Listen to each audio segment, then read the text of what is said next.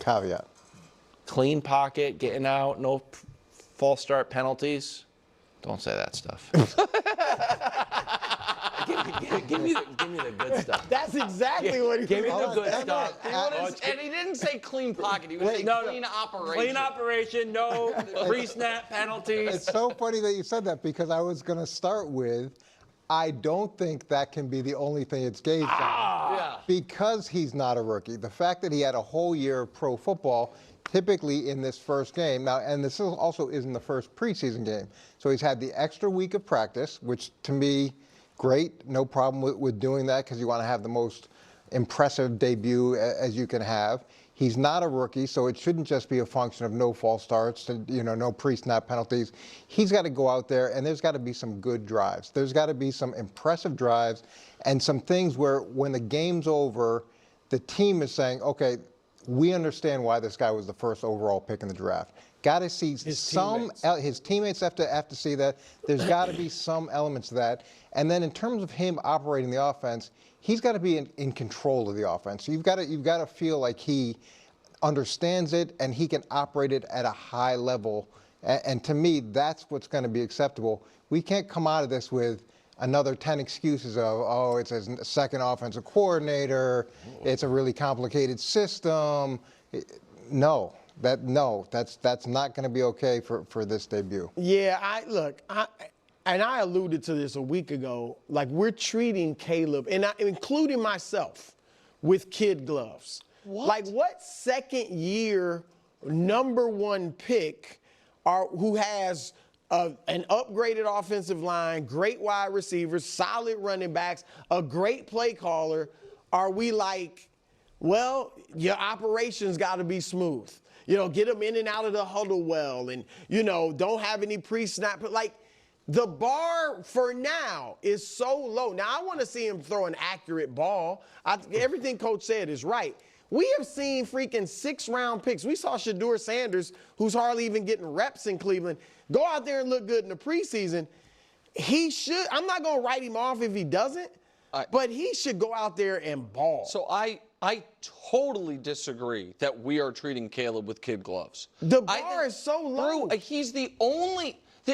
Bo Nix and Bo Nix and J.J. McCarthy are not playing this week.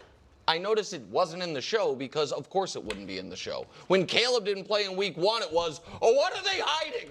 What are the Bears not want us to know? That's because of the reports, though. No. That's not just out of the blue. But again, what have been the reports on J.J. McCarthy? They haven't been glowing. Nobody cares. And I understand one guy is number one pick, one guy was, I understand that piece of it, but they're both second-year players. It's more of a what do we want? But J.J. J.J. McCarthy hasn't played. Right, he hasn't played. Right, which and is Bo Nix played well. No, okay, so then let's talk Drake May. Like and again, I'm not picking on anybody. But the idea that Caleb is getting a kid glove treatment, when in my eyes, he's getting the exact opposite. Like, he is getting every single thing is being scrutinized. Did Ben Johnson not play all of the Bears starters because that's his philosophy? Or was it to protect Caleb Williams? Okay. This is so ridiculous. And this is just classic. Just look over here. Don't look over here while I do all this other stuff over here. I mean, this is... Caleb Williams was the first overall pick. And people like Nick said that he was going to be an MVP candidate and get to the Super Bowl. So, of course, he's going to get more attention than Bo Nix and J.J. McCarthy and Drake May. Like, what are we doing here? He also has Ben Johnson as his coach, who was arguably the biggest hire in, I can't even remember what would be the last, big time hire, but this was, a massive, all in Ben Johnson.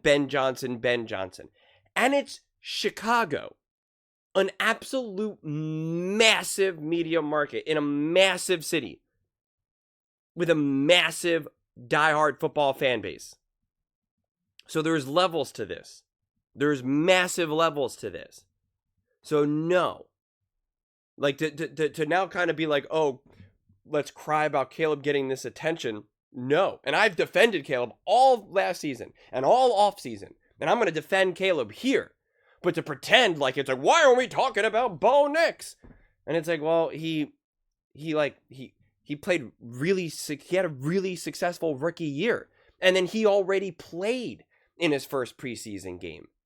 And typically, we often look for these younger quarterbacks, or really any quarterback really, to play like once in a preseason.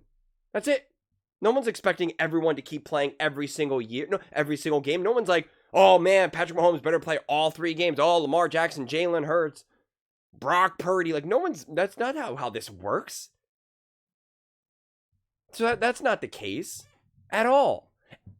That's no. We're playing the shell game here. I mean, that's literally what we're doing. We're on a street corner with the folded up cards. Like it's just like this is that's no. That's absurd.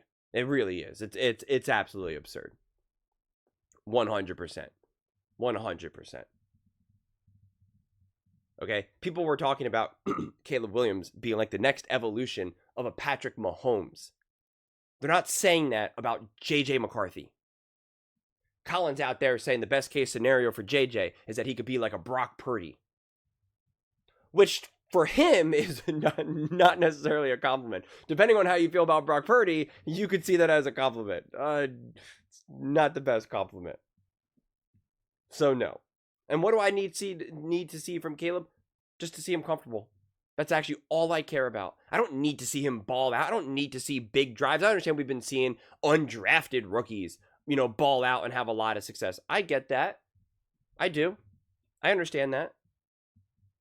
But we can easily see those same players completely fail. That's the problem when you're just taking a snapshot.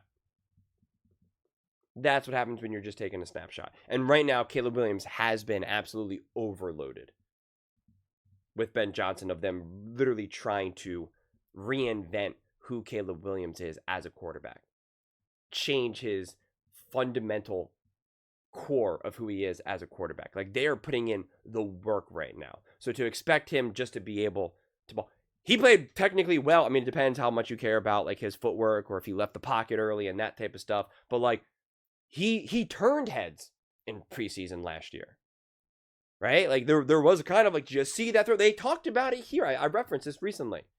Because Bill Belichick was like, he left the pocket too soon. And Nick's like, that's ridiculous. Bill Belichick is past his, he doesn't know anything about quarterbacks. That's literally what Nick said. He's like, I don't know if I really care about Bill Belichick's opinion on quarterback play. And it was like, all right. So, no, I want to see him comfortable. I want to see him comfortable. Yeah, I don't want to see him airmailing balls thrown in people's feet. I want to see him make the correct decisions. I just want to see him comfortable. I want to see him be in control.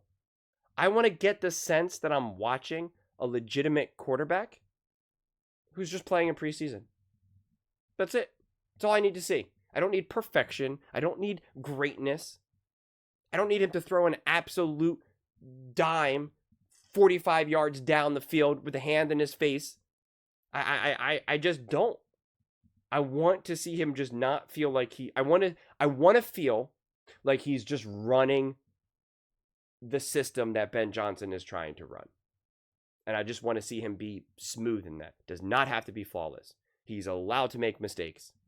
He's allowed to miss a receiver. Right? Like he's allowed to kind of just have that moment where you're like, wasn't my best throw. But because it's okay. Because it's preseason. Okay, like that is okay. Yeah, if you see things like false starts and you start seeing things like, other pre-snap penalties and whatnot, or seems like he's late to getting the play, and just any of that other type stuff, then yeah, you're like, this is kind of stuff that we heard was happening during camp. But yeah, I don't think we have to overthink this too much, honestly. I really don't. But to downplay, to try to pretend like Caleb Williams is getting, I guess, like unnecessary media attention, I just don't think that's fair. I really don't. Do I think he should have gotten or should get as much attention as he gets? Like, no. I do think it should be more balanced. And I talked about that all last year where I was like, Jaden Daniels is having, really successful season, and they're opening up the shows with what's going wrong with Caleb rather than what's going right with Jaden Daniels. But that is really like heavy is the head that wears the crown. You were crowned as a generational talent, and people like Nick were selling it to other people saying it's going to be easy for him. I remember Nick specifically saying the NFL is going to be easy for Caleb Williams. That he spent his whole life not throwing to great receivers. That the NFL is going to be easy for him. And that he is going to go to the Super Bowl. He's already a top 5 quarterback in the NFL. And he's going to be an MVP candidate. That is what he said. So when you're selling that, and then that does not happen, you think we should start to focus our energy on J.J. McCarthy? You want us to discuss why Bo Nix isn't playing in the second preseason game? After coming off an awesome actual NFL season, where he scored the second most touchdowns for a rookie quarterback in NFL history? Where he led the Denver Broncos to the playoffs for the first time in a decade? Where he outplayed Patrick Mahomes on the road? It's just kind of absurd. And we know also when we're talking about J.J. McCarthy, first of all, people are talking about J.J. McCarthy a lot. They absolutely are. But there's a lot more stability there and continuity with Minnesota. The Chicago Bears were a mess last year. Ask Chicago Bears fans. They know. They know that this team was a disaster and a mess. So when you're bringing in a new coaching staff, you got new players, draft, free agency, etc. Year 2 with what's supposed to be your generational quarterback, you're like, yeah, of course there's a lot of energy and attention here to be like, how's this all going to work now? Are we finally going to get what we think we got?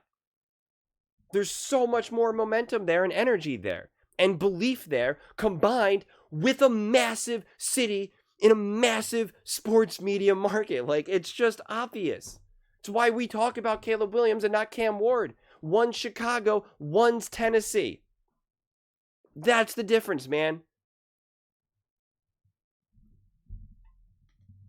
And Nick knows that. But those are just my thoughts. I'd absolutely love to hear yours. What do you guys all think about Caleb Williams and the Chicago Bears? What do you need to see from Caleb? And do you agree that we are either being too hard on Caleb or too soft on Caleb? Let me know in the comments below. I read every single comment. So whether you agree with me or disagree with me, either way, let's get in some discussions, let's get in some fights, but ultimately, let's just have some fun. And please do consider subscribing. We are building an amazing community here, and I absolutely love to see you part of it. I want to build something that we all generally feel connected to. Something that we're really excited to be part of. I think we're on our way to doing it. And please don't forget to give this video a thumbs up, as it really does help with visibility and the algorithm. Thank you so much. See you next time.